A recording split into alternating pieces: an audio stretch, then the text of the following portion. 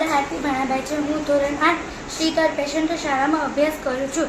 આજે અમારા સ્કૂલમાં ધોરણ 8માં ગુજરાતી પાઠ 19 સિલ્વર સ્ક્રીન નાટકનું આયોજન કરવામાં આવ્યું છે, જેમાં અમારા માર્ગદર્શક છે વૈશાલીબેન કનોજિયા। હવે હું તમને અમારા નાટકના પાત્રોનો પરિચય આપું છું, જેમાં મુખ્ય પાત્ર છે ડૉક્ટર બાસુ શર્માજી। તેમાં તે પાત્ર ખૂબ લાંબો છે, તેના માટે અમે ત્રણમાં ડિવાઈડ કરેલ છે। પ્રથમ મૌલિકભાઈ, દ્વિતીય યુગવીભાઈ અને સ્નેહલબેન। હું તેમાં ઉદ્ઘોષકનું પાત્ર રજૂ કરું છું।